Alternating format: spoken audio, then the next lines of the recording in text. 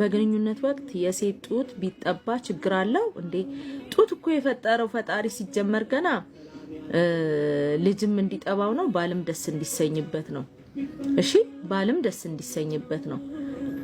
ጡቷን መንካት፣ መዳበስ፣ መሳም፣ እዛ አካባቢ በምላስ መንካት፣ ከንፈሯን መሳም፣ አንገቷን መሳም፣ አይኖቿን፣ ጆሮዋን መሳም፣ ይሄ የባል መሰረታዊ በቃ ለፍቅራችሁ መጠንከር በፍሬንድነት ጊዜ ብቻ አይደለም መሳሳም። እነዚህ ተግባራቶች የሚኖሩት ሁሌም መኖር አለበት። ትዳራችሁ ሻይን እያደረገ ነው የሚሄደው። ብልት መጥባትስ የመራቢያ አካል አይጠባም።